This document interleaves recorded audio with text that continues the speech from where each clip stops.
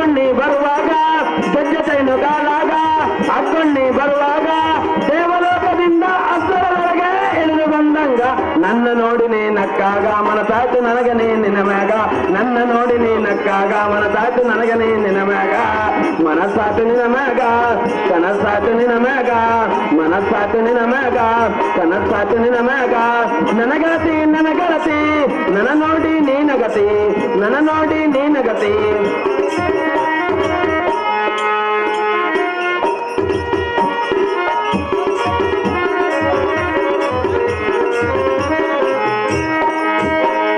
ಬಸವಣ್ಣನ ಜಾತ್ರಾಗ ಕುಂಭವತ್ತು ನಡೆದಾಗ ಬಸವಣ್ಣನ ಜಾತ್ರಾಗ ಕುಂಭವತ್ತು ನಡೆದಾಗ ದೇವಲೋಕದಿಂದ ಅಸುರರೊಳಗೆ ಇಳಿದು ಬಂದಂಗ ನನ್ನ ನೋಡಿ ನೀ ನಕ್ಕಾಗ ಮನಸಾಯ್ತು ನನಗೆ ನೀ ನಿನ್ನ ಮ್ಯಾಗ ನನ್ನ ನೋಡಿ ನೀ ನಕ್ಕಾಗ ಮನಸಾಯ್ತು ನನಗೆ ನಿನ್ನ ಮ್ಯಾಗ ಮನಸ್ಸಾತು ನಿನ್ನ ಮ್ಯಾಗ ಕನಸಾತು ನಿನ್ನ ಮ್ಯಾಗ ಮನಸ್ಸಾತು ನಿನ್ನ ಮ್ಯಾಗ ಕನಸಾತು ನಿನ್ನ ಮ್ಯಾಗ ನನ್ನ ಗೆಳತಿ ನನ್ನ ನೋಡಿ ನೀನಗತಿ ನನ್ನ ನೋಡಿ ನೀನಗತಿ ನನ್ನ ನೋಡಿ ನೀನಗತಿ ಸಲ ಸುಮ್ಮನೆ ಕುತ್ಕೊಳಪ್ಪ ದಾಸು ಸಂಜೀವ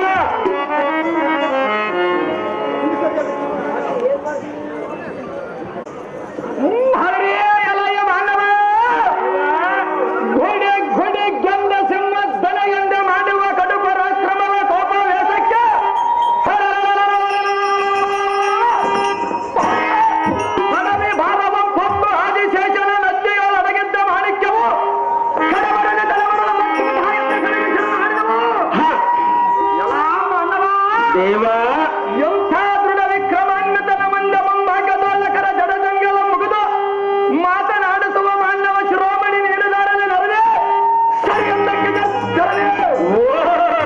ನಾವುದಾರಂದ್ರೆ ಮಠಗಳನ್ನು ಕಟ್ಟಲಿಕ್ಕೆ ಶಿವಕುಮಾರ ಸ್ವಾಮೀಜಿಯಲ್ಲ ಸರ್ವರಿಗೆ ಸಂಗೀತವನ್ನು ಬೋಧಿಸಲು ಪುಟ್ಟ ರಾಜಗವಾಯಿ ಅಲ್ಲ ಯಾರಿಗೂ ತಿಳಿಯದಂತೆ ದಾನ ಧರ್ಮಗಳನ್ನು ಮಾಡಲು ಪುರಿತು ರಾಜಕುಮಾರನಲ್ಲ ಸಾಮಾನ್ಯರಲ್ಲಿ ಸಾಮಾನ್ಯನಾದ ಪಾಂಡುರಂಗಲಾರತಿ ಎಂದು ಕರೆಯುತ್ತಾರೆ ದೇವ ಏಳುಗಂಡವರ ವೇಗದಂಗ ನಾಮಾಂಕಿತವ ಎಲೆಯ ಸಾರಥಿ ನಾವು ದಾರಂದರೆ ತಾರುದೇವ ನವನವೀನ ಮಾತ ಮಂದಾರ ಆನಂದತರ ಮಾತ ಸಂಪತ್ಕರ ವಿರಾಜಮಾನ ಸಾಂದ್ರತರ ಶರಕರ್ಪೂರ ಚಂದ್ರಿಕಾ ಪುಂಡಮಂದಾರ ಡಿಂಡೀರ ಪಿಂಡಾಂಗ ಪಂಡೀರ ಖಡ್ಗ ಯಶೋ ಮಂಡಿತ ನಿಖಿಲ ತೋಳ ದಂಡನಂದರಿಸಿ ಒಗಲತ್ತ ನೆಲಸತ್ತ ವೆಲಸತಮಾದ ಈ ಚಂಪಕ ನಗರ ವಂಶ ಧರ್ಮದಿಂದ ಪರಿಪಾಲಿಸುವ ಹಂಸದ್ರ ಚಂದ್ರನ ಕುಮಾರ ಲೋಕೈಕ ವೀರ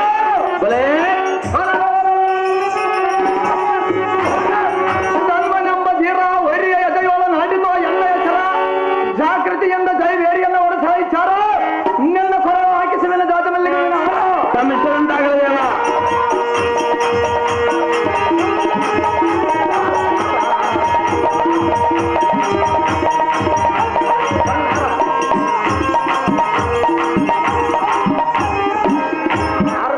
ಮಹಾರಾಜರು ತಾವಾದರೆ ಈ ಸುಂದರವಾದ ಮಂದಿರಕ್ಕೆ ಬಂದ ಕಾರ್ಯಾರ್ಥವೇನು ದೇವ ದಿವ್ಯ ಪ್ರಭಾವ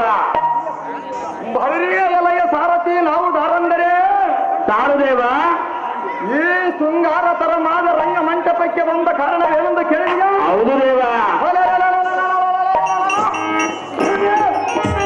ನಂದನ ನಾಥ ಅರ್ಜುನನ ಕೂಟ ಯುದ್ಧವನ್ನು ಮಾಡಬೇಕೆಂದು ಹೋಗುವ ಕಾರಣ ಸಮರ ಸನ್ನದ್ಧನಾಗಿ ಮಹಾವೈಭೋಗದಿಂದ ಬರಲವಾಯಿತು ಕಂಡಿಗ ಸಾರಥಿ ಒಂದು ಸಂಗತಿ ಒಳ್ಳೆಯದು ಭೂಪತಿ ಮುಂದೇನು ಸಂಗತಿ ಎಲೆಯ ಸದ್ಗುಣ ಭರಣ ಭೂಷಿತನಾದ ಸೂತ ಭೂಪತಿ ಸುಗಳವನ ಪ್ರಖ್ಯಾತ ದೇವ ಇಕ್ಕೋ ಎಲ್ಲ 9 ತಿಂಗಳ ಹೊತ್ತು ಸತ್ಪ್ರೀತಿಯಿಂದ ಸಾಕಿ ಸಲಗಿರುವ ಎತ್ತವೀರ ಮಾತೆಯ ಮಂಡಲಕ್ಕೆ ಅತ್ಯಾರ್ಥಿಯಾಗಿ ಹೋಗಿ ಬರುವನು ಜಾಗೃತಿಯಿಂದ ಎನ್ನ ಚಿತ್ರ ತರವಾದ ರಥಕ್ಕೆ ಉತ್ತಮ ಸರಗಗಳನ್ನು ಬಂಧಿಸಿಲ್ಲ ಜಾಗೃತಿಯಿಂದ ತಂದು ನಿಲ್ಲಿಸುತ್ತ ಸುಗಳಗಳ ಪ್ರಖ್ಯಾತ ಒಳ್ಳೆಯ ಭೂಮಿ ಪೀಠವನ್ನು ಅಲಂಕರಿಸಿದ ಜಾಗೃತಿ ಸುಶೀಲ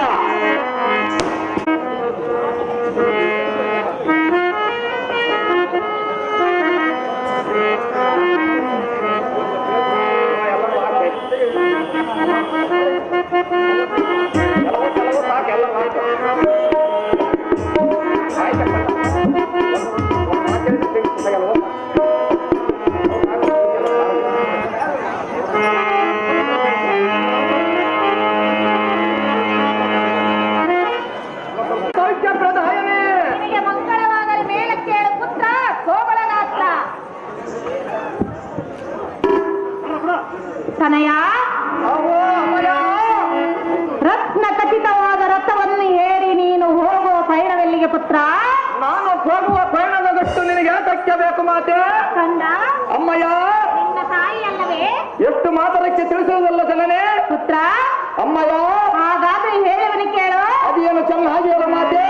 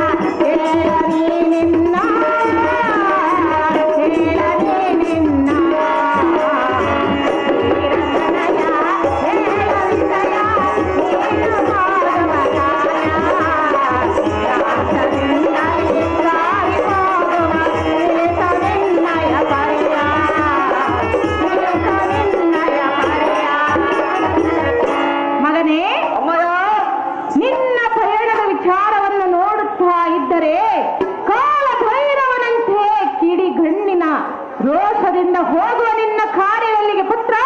ಕೋಮಲ ಗಾತ್ರ. ಅಗೋ ಅಮ್ಮ, ತನಯ ಜನನಿ ಪ್ರಿಯವಾದ ಭಾವನೆ. ಅಗೋ ಅಮ್ಮಯ್ಯ,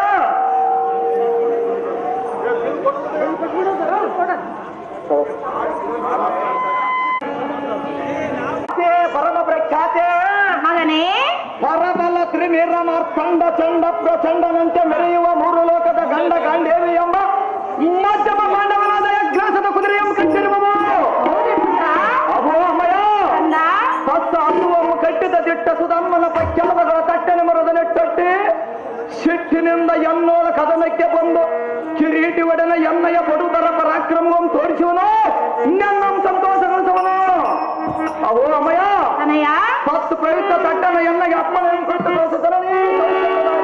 ಕಂದ ಅಮ್ಮಯ್ಯ, ಹಾ ಪಾರ್ಥನ ಯುದ್ಧಕ್ಕೆ ಹೋಗುವೆನೆಂದು ಹೇಳಿದೆಯಾ? ಸಹಜವಾಗಿ ಹೇಳುವನು ಮಾತೆ.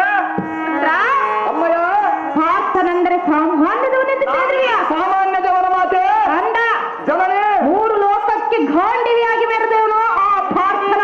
ನಾನೇನು ಸಾಮಾನ್ಯದವನ ಮಾತೆ. ಮಗ ಕಂದ, ಜನನೇ ಹೇಳಿದನು ಕೇಳು. ಅದೇನು ಚೆನ್ನಾಗಿ ಹೇಳು ಮಾತೆ.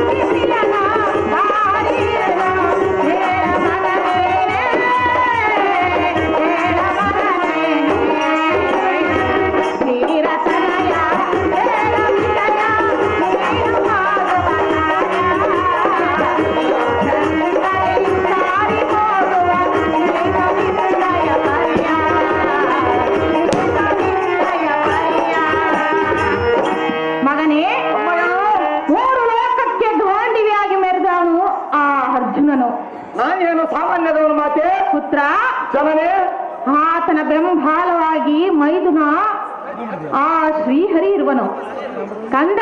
ಅಮ್ಮಯ್ಯ, ಅಂಥವರನ್ನು ಜಯಿಸುವುದು ನಿನ್ನಿಂದಾಗಲಾರದು. ಸಹಜವಾಗಿ ಗೆದ್ದು ಬರುವನ ಮಾತೆ. ಆದ್ದರಿಂದ ತಾಯಿಯ ಮಾತನ್ನು ಮೀರಬೇಡ ಕಂದ, ಎನ್ನ ಮನಕ್ಕೆ ಆನಂದ.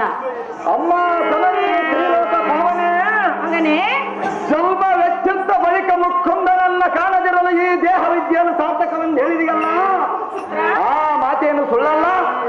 ಅಹೋ ಅಮ್ಮಯ್ಯ, ಅನಯ ಜಡ ಜಾಕ್ಷನ ನಮ್ಮಲ್ಲಿಗೆ ಬರ ಮಾಡಿಕೊಳ್ಳಬೇಕಾದರೆ ಎನ್ನೋ ಒಂದು ಉಪಾಯ ಉಂಟು.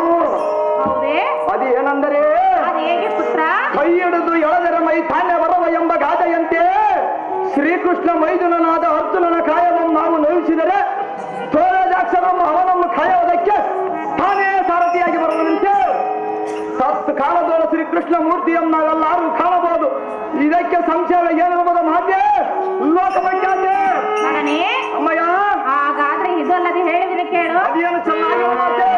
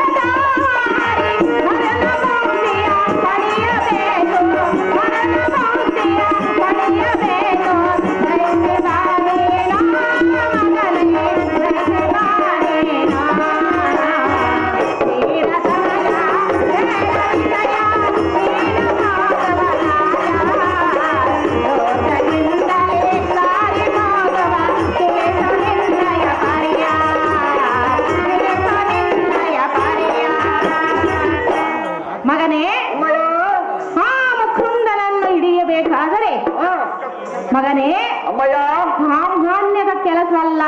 ಅದ್ಯಾತಕ್ಕೆ ಮಾತೆ ಪುತ್ರ?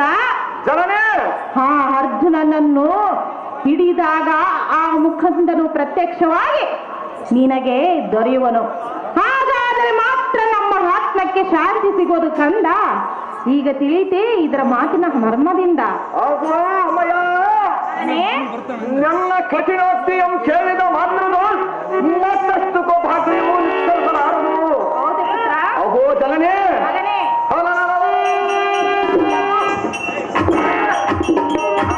ಪಟುತರ ಪರಾಕ್ರಮಿಯ ಮುಂದ ಆ ಜಲಮತಿಗಳಾದ ಕೃಷ್ಣ ಅರ್ಜುನರ ಅಧಿಕವಂತ. ಅಹೋ ಅಮ್ಮಯ್ಯ, ಈ ಕಾರ್ಗಾಲ ಧನಮದ್ದಕ್ಕೆ ಆದಿತ್ಯ ಶಿವಯ ಪಟ್ಟು ಎಂದಿರುತ್ತಾನೆ. ತತ್ ಕೃಷ್ಣ ಮೈದನರ ಸಾಮರ್ಥ್ಯಕ್ಕೆ ನಾನು ಭಯಪಡುವನೇ ಹೇಗೆ? ತತ್ ಪ್ರಯುಕ್ತನೆಲ್ಲ ಮನೋಯತೆ ಎಂಬಿಡು ಜಾಗೃತಿಯಿಂದ ಎನ್ನಗೆ ಅಪ್ಪಣೆ ಎಂಬಾದರೂ ಕೊಡು ಮಾತೆ.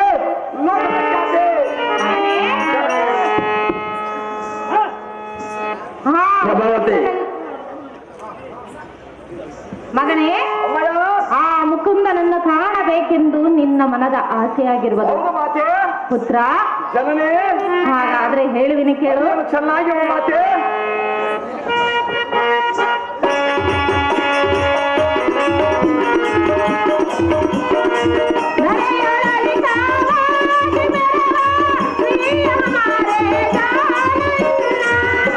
ಪ್ರಭಾವತೆ ಪ್ರಭಾವತೆ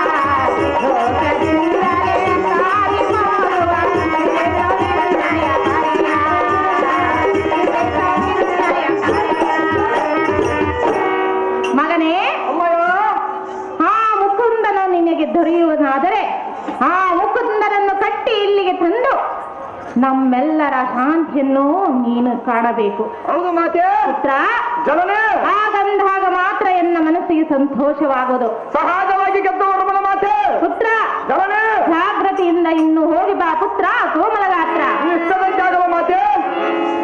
ಪ್ರಭಾವತಿ ಕೆ ಮಲ್ಲೇಶಪ್ಪ ಅವರು ಈ ಬಯಲು ಸಾರಥಿ ಉಪದೇ ನಾವು ಕಟ್ಟಿರುವ ಪಾಂಡವರ ಯಜ್ಞಾಸದ ಕುದುರೆಯಂ ಬಿಡಿಸಿಕೊಳ್ಳುವ ಲೋಸಕವಾಗಿ ನೃತ್ಯದ್ರು ಜಾನ್ಮತನಾಗಿ ಕದನ ಪ್ರಸಿದ್ಧರ ಒಡಗೂಡಿ ಸತ್ಯ ಮೈಗಾವಲಿಗಾಗಿ ಬಂದ ಮಧ್ಯಮ ಪಾಂಡವನೊಡನೆಯೇ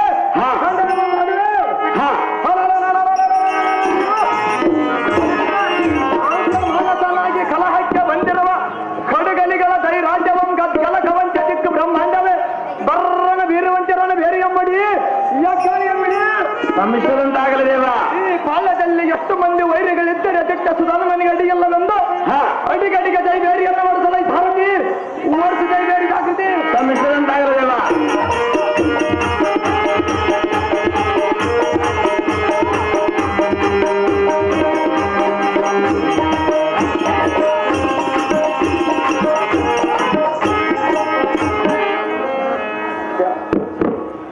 ಕೆಂಚಿನಗುಡ್ಡ ವೀರೇಶ ಅವರು ಸುಂದರ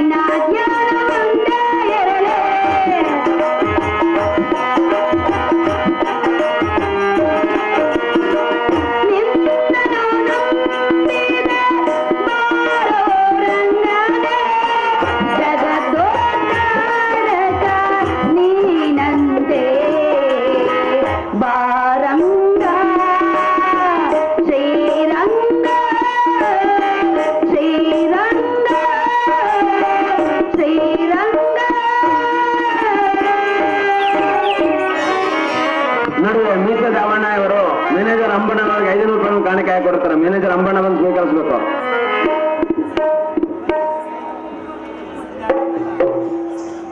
ನಮೋ ನಮೋ ಪ್ರಾಣಕಾಂತ.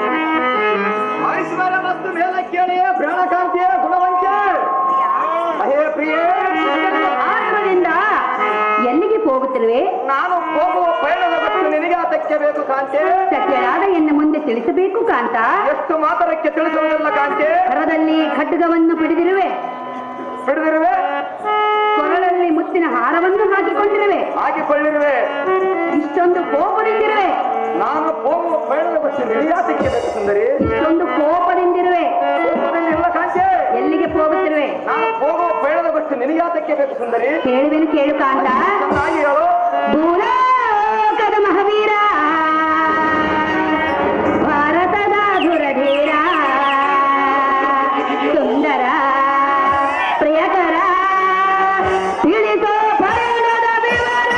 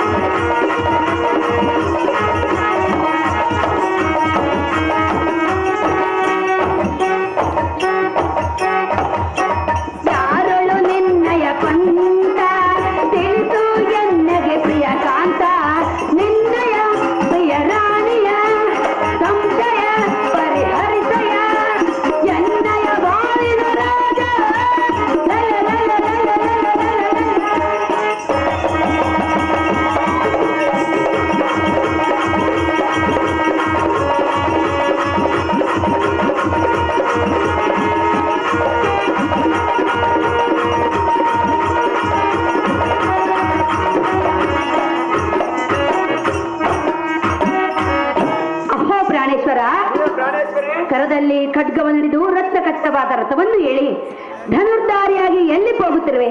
ನಿನ್ನ ಪಯಣದ ವಿಚಾರವನ್ನು ಸವಿಸ್ತಾರವಾಗಿ ಹೇಳು ಕಾಂತ ಗುಣವಂತ. ಅಯ್ಯೇ ಪ್ರಾಣಕಾಂತಿಯೇ, ಅಹೋ ಪ್ರಿಯ, ನಾನು ಹೋಗುವ ಪಯಣದ ವಸ್ತು ನಿನಗಾತಕ್ಕೆ ಬೇಕು. ಚಿನ್ನದ ತಟ್ಟೆಗಳ ತೆಗೆದುಕೊಂಡು ಬಂದ ಶೇಕ್ಷೆ ಚಂದನ ಗಂಧ ತಾಂಬೂಲಾದಿ ದ್ರವ್ಯ ಪರಿಮಗಳಿಂದ ನಮ್ಮ ಸಂತೋಷ ಗಳಿಸಿದ್ದೇ ಸಾಕು. ಬಲಿ ವಿಕ್ರಮಾದ ಬಳಿಕ ಯಾವುದಾದರೂ ಒಂದು ಕಾರ್ಯವು ಇದ್ದೇ ಇರ್ತದೆ. ಅದನ್ನು ನೀನು ಕೇಳಬಹುದೇ ಪ್ರಭಾವತಿ? ಇದೇನೇ ಸ್ತ್ರೀಯರ ಪದ್ಧತಿ. ಪ್ರಾಣೇಶ್ವರಿ, ನಾನು ನಿನ್ನ ಅರ್ಥ ದೇಹಕ್ಕೆ ಬಾಧ್ಯಳಲ್ಲವೇ? ಆದರೆ ಏನಾಯ್ತು ಕಾಂತಿ? ನಾನು ನಿನ್ನ ಪ್ರೀತಿಯ ಸತಿಯಲ್ಲವೇ? ಸತಿ ಕಾಂತಿ, ಸತಿಯಾದ ನಾನು ನಿನ್ನ ಕೇಳುವುದು ಎನ್ನ ಧರ್ಮವಾಗಿದೆ. ನಾನು ತಿಳಿಸುವುದಲ್ಲ ಸುಂದರಿ. ಕಾಂತ, ಕಾಂತಿ ಹಾಗನ್ನ ಬೇಡ. ಪ್ರಾಣೇಶ್ವರ, ಹೃದಯೇಶ್ವರ, ಹೃದಯೇಶ್ವರಿ, ಅಹೋನಲ್ಲ ಅಹೇನಲ್ಲೇ ಕೈ ಹಿಡಿದ ಸಹಧರ್ಮಿಣಿ ಸುಖ ದುಃಖದಿ ಸಮವಾಗಿಣೆ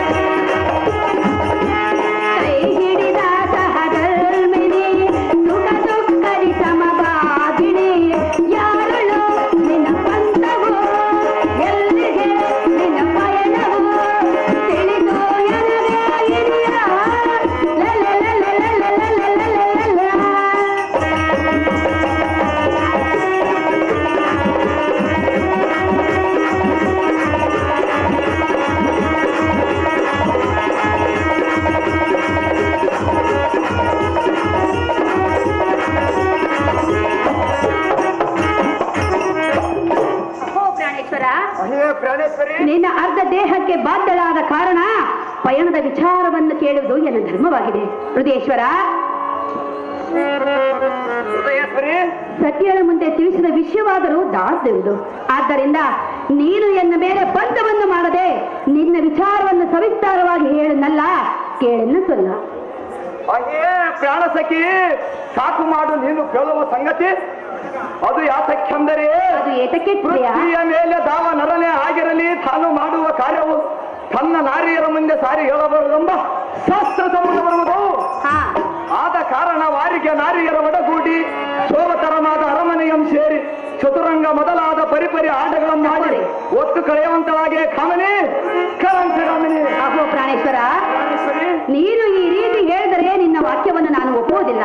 ಒಪ್ಪಲಿದ್ದರೆ ನಾನೇನು ಮಾಡಲ್ಲ ರಮಣಿ. ಕಾಂತ, ಕಾಂತೆ, ನಾವಿನ್ನು ಮದುವೆ ಮಾಡಿಕೊಂಡು ನವ ಮಾಸ ಸಹ ಗತಿಸಿಲ್ಲ.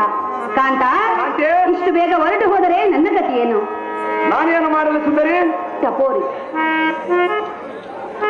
ಟಪೋರಿ. ಪ್ರಾಣೇಶ್ವರ, ಹೇಳುವೆನು ಕೇಳು.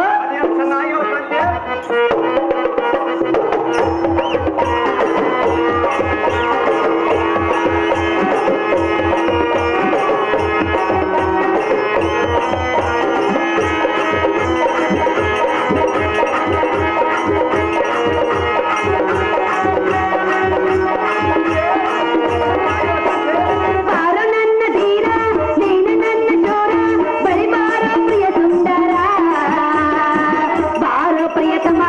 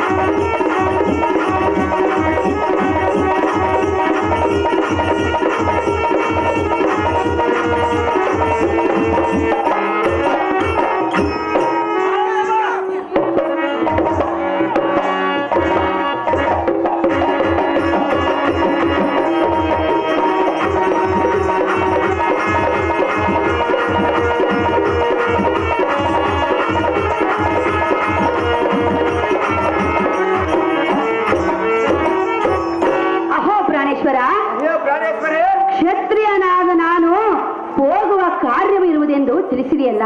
ಹೌದು ಕಾಂತಿ. ಕಾಂತ, ರಮಣೆ, ನಾವು ಮದುವೆಯಾಗಿ ಎಷ್ಟು ದಿನವಾಯಿತು? ಆಯ್ತು ಕಾಂತಿ. ನಾವು ಮಾಸ ಸಹ ಗತಿಸಿಲ್ಲವಲ್ಲವೇ? ನಾನೇನು ಮಾಡಲು ಸುಂದರಿ? ಕಾಂತ, ರಮಣೆ, ನವ ಮಾಸ ಸಹ ಗತಿಸಿಲ್ಲವಾದರೂ ಕೂಡ ನಿನ್ನೊಡನೆ ಅನಂತ ಆನಂದ ಸಮಯವನ್ನು ಕಳಬೇಕೆಂದು ಮನಸ್ಸಿನಲ್ಲಿ ಸದ್ಭಾವನೆಯನ್ನು ಇಟ್ಟುಕೊಂಡಿರುವೆನು. ಕಾಂತ, ಕಾಂತಿ, ಸತಿಯ ಮಾತಿಗೆ ಹೋಗೊಟ್ಟು ಮನದ ಅಭೀಷ್ಟೆಯನ್ನು ನೆರವೇರಿಸು ರಾಜ ರವಿಕೋಟಿ ತೇಜ. ಅಯ್ಯೇ ಪ್ರಭಾವತಿ, ನಾನು ಹೋಗುವ ವೃತ್ತಾಂತವನ್ನು ಚಿತ್ತರಿಸು ಎಂದು ಹಾಗಾದರೆ ಹೇಳುವೆನು ಕೇಳು ಎನ್ನ ಪಯಣದ ಸಂಗತಿ.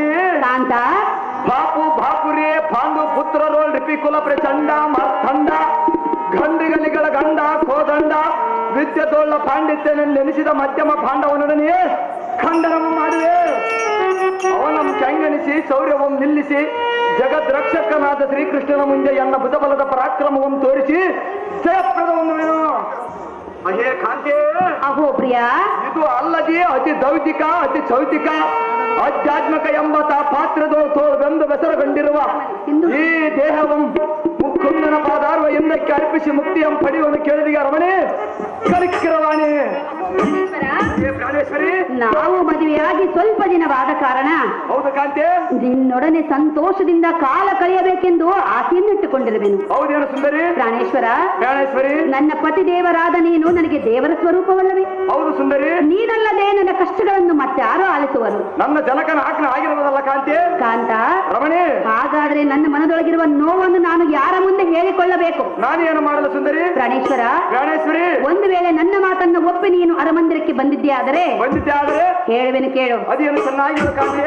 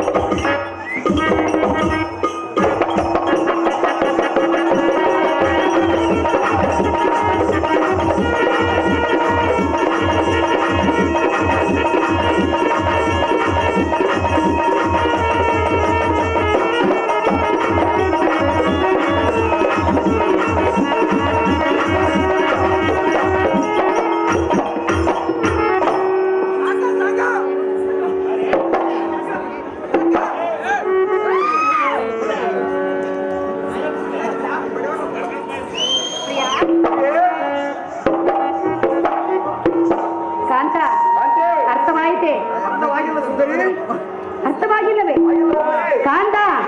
ಇಷ್ಟೊತ್ತವರೆಗೂ ನಾನು ಹೇಳಿದ್ದೇನು, ನೀನು ಕೇಳಿದ್ದೇನು? ಏನು ಹೇಳಿಲ್ಲ ಸುಂದರಿ? ಹಾಗಾದ್ರೆ ಇಷ್ಟೊತ್ತವರೆಗೂ ನಾನು ಮಾಡಿದ್ದೇನು?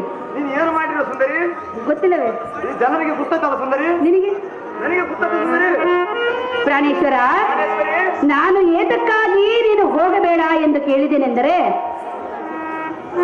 ಹೌದು ಕಾಂತೆ. ಪ್ರಾಣೇಶ್ವರ, ಪ್ರಾಣೇಶ್ವರಿ, ಈಗ ಋತು ಸಮಯವು ಹತ್ತಿರ ಬಂದ ಕಾರಣ ಕಾಂತ, ಕಾಂತೆ, ಋತು ಸಮಯದಲ್ಲಿ ಸತಿಪತಿಗಳಿಬ್ಬರು ಕೂಡಿದ್ದೆ ನಿಜವಾದರೆ ನಿಜವಾದರೆ ಸದ್ಬುದ್ಧಿಯಾದ ಪುತ್ರ ಸಂತಾನವಾಗುವುದೆಂದು ಉಲ್ಲೇಖವಿದೆ.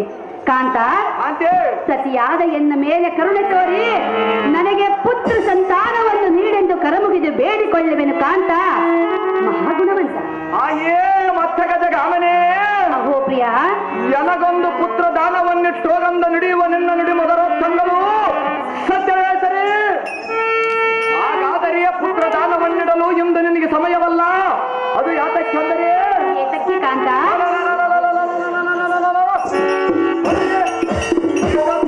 ಸಂಭ್ರಮ ಪ್ರಾಯನಾದ ಹಂಸಧ್ವಜ ರಾಜೇಂದ್ರನಾದ ಎಲ್ಲ ಪಿತನು ನೇಮಿಸಿದ ಕಟ್ಟೆಗಳಿಗೆ ಸಿಲುಕಿ ಬಳಲಬೇಕಾಗಿತ್ತು. ಅದೇ ಸಾಧ್ಯ. ಅಹೋ ಪ್ರಿಯ, ಸಿಂಹತ್ತು ಗಾಂಭೀರ್ಯ ಧೈರ್ಯನಾಗಿ ಚತುರಂಗದೊಳ್ಳು ಪ್ರಸಿದ್ಧರೆಂದೆನಿಸಿದ ಪಟು ಪರಾಕ್ರಮಿಗಳೆಲ್ಲಾರು ವೀರಾವೇಶ ಅಲಂಕಾರರಾಗಿ ವೀರಾದಿ ವೀರರು ಚತುರ್ಫಲವೇರಿ ಶಾಂತ ಕುಂಭ ದಿವ್ಯರ ತಂಗಳನ್ನು ರೋವಿಸಿ ಸರ್ವರೊಡನೆ ಸಮರವನ್ನು ಸಾಗಿಸುವುದಕ್ಕಾಗಿ ಬಂದಿದವರೆಲ್ಲರೂ ನಿಲ್ಲದೆ ಹೋಗಿರುವರು.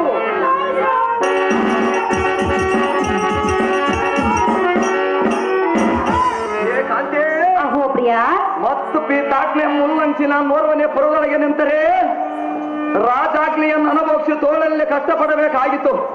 ಚಕಿತ ಮೃದು ನಯನೇ ಜನಕನ ಮನಸ್ಸು ಸಂತೋಷ ಪಡಿಸಿ ಬಂದ ಬಳಿಕ ನನ್ನ ಮನ ಸಂಕಲ್ಪವನ್ನು ತೀರಿಸುವನು ಕಾಮನಿ ಕಲಂಚಗಾಮನಿ. ಅಹೋ ಕಾಂತ, ನಿನ್ನೊಡನೆ ಸುಖ ಭೋಗವನ್ನು ಅನುಭವಿಸಬೇಕೆಂದು ಕನಸು ಕಂಡ ನನಗೆ ಹೌದು ಕಾಂತೆ. ಇಂದು ಮನಸ್ಸಿಗೆ ನೋವುಂಟು ಮಾಡಿ ಹೋಗುವೆಯಾ?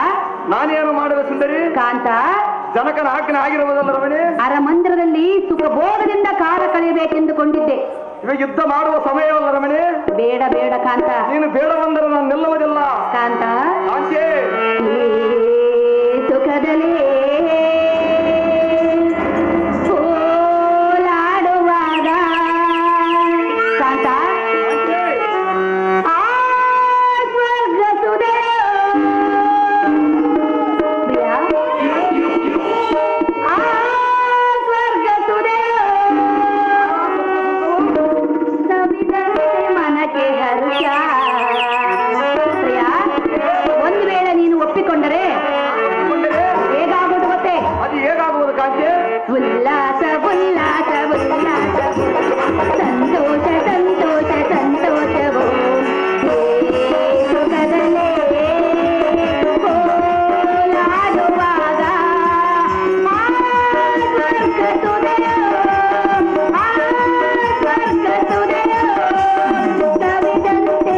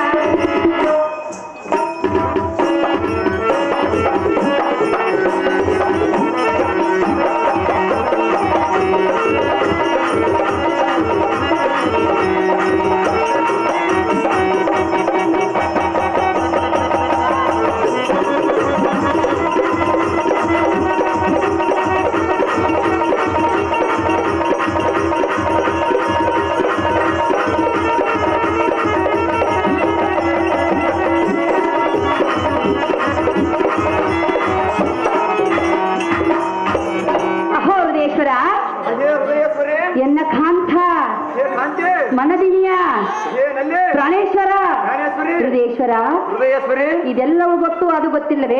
ಎಲ್ಲಾ ಗುರ್ತದೆ ಸುಂದರಿ. ಮತ್ತೆ ಏತಕ್ಕೆ ಹೋಗಿವೆ? ನಾ ಇಷ್ಟ ಮಾಡುವ ಸಮಯ ರಮಣಿ. ಪ್ರಾಣೇಶ್ವರ, ಪ್ರಾಣೇಶ್ವರಿ, ಒಂದು ಹೆಣ್ಣು ಋತು ಸಮಯವಾದ ನಂತರ ಪತಿ ಪತ್ನಿಯನ್ನು ಕೂಡಿ ಸಂತಾನವನ್ನು ಪಡೆಯಬೇಕೆಂದು ಒಂದು ಹೆಣ್ಣು ಆಸೆ ಪಟ್ಟಿರುತ್ತಾಳೆ. ಕಾಂತ, ಕಾಂತೆ, ಪ್ರತಿ ಹೆಣ್ಣಿನಂತೆ ನನಗೂ ಕೂಡ ಪುತ್ರ ಸಂತಾನವನ್ನು ಪಡೆಯಬೇಕೆಂದು ಮನಸ್ಸಿನಲ್ಲಿ ಆಸೆ ಇಟ್ಟುಕೊಂಡಿರುವೆನು. ಕಾಂತ, ಹಾಗೆ ಸುಂದರಿ. ಆ ಲಕ್ಷ್ಮೀ ರಮಣನ ಪಾದ ಸೇವೆಯನ್ನು ಮಾಡುತ್ತಾ ಆದಷ್ಟು ಬೇಗ ಪುತ್ರ ಪ್ರಾಪ್ತಿಯನ್ನು ನೀಡೆಂದು ಕರಮುಗಿದು ಬೇಡಿಕೊಳ್ಳುವೆನು. ಎನ್ನ ಅರಮಂದಿರಕ್ಕೆ ಬಾ ಎಂದು ಕರಮುಗಿದು ಕೇಳಿಕೊಳ್ಳುವೆನು. ಪ್ರಿಯ, ತಿಳಿದೇನ ಹೇಳಿದ ವಿಷಯ? ಹಾಗೆಯೇ ಪ್ರಭಾವತಿ, ಅಹೋ ಪ್ರಿಯ, ಸಮರಕ್ಕೆ ಹೋಗಬೇಡಂದ ಹೇಳುತ್ತಿರುವಿಗಲ್ಲ, ಇದು ಮಾತ್ರ ನಿಗಿತವಲ್ಲ. ಹೇ ಕಾಂತೆ, ಇಲ್ಲೊಂದು ಶ್ಲೋಕವಿರುವುದು, ಹೇಳುವನ ಚೆನ್ನಾಗಿ ಕೇಳು. ಅದೇನು ಚೆನ್ನಾಗಿ ಹೇಳು. ಸ್ತ್ರೀಯರ ಮಾತು ಕೇಳಿದವರಿಗೆ ದುಃಖವಲ್ಲದೆ ಹಾ. ಸುಖವೆಲ್ಲಿರುವುದು. ಎಲೆ ರಮಣೆ, ಎಲೆ ರಮಣೆ, ರಮಣ, ಎಂದಕ್ಕೆ ಸೀತಾದೇವಿಯ ಮಾತು ಕೇಳಿದ ಶ್ರೀರಾಮಚಂದ್ರನ ಅವಸ್ಥೆ ಏನಾಗಿತ್ತು? ತಂಗಿಯಾದ ಸುರ್ಪಾನಕಿ ಮಾತು ಕೇಳಿದ ಹಾ. ದಶಕಂಠ ರಾವಣನ ಬಾಳವೆ ಏನಾಗಿತ್ತು? ಏನಾಯ್ತು?